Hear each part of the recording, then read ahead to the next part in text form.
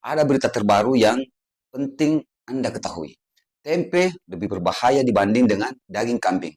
Jadi, kurangi mengkonsumsi tempe sekarang juga.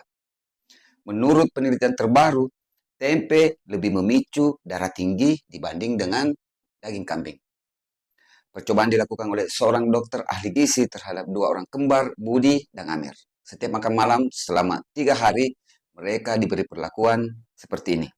Hari pertama, Budi diberikan makan sop kambing, kemudian si Amir diberikan tempe goreng. Reaksi Budi dan Amir normal. Hari kedua, si Budi diberi gulai kambing.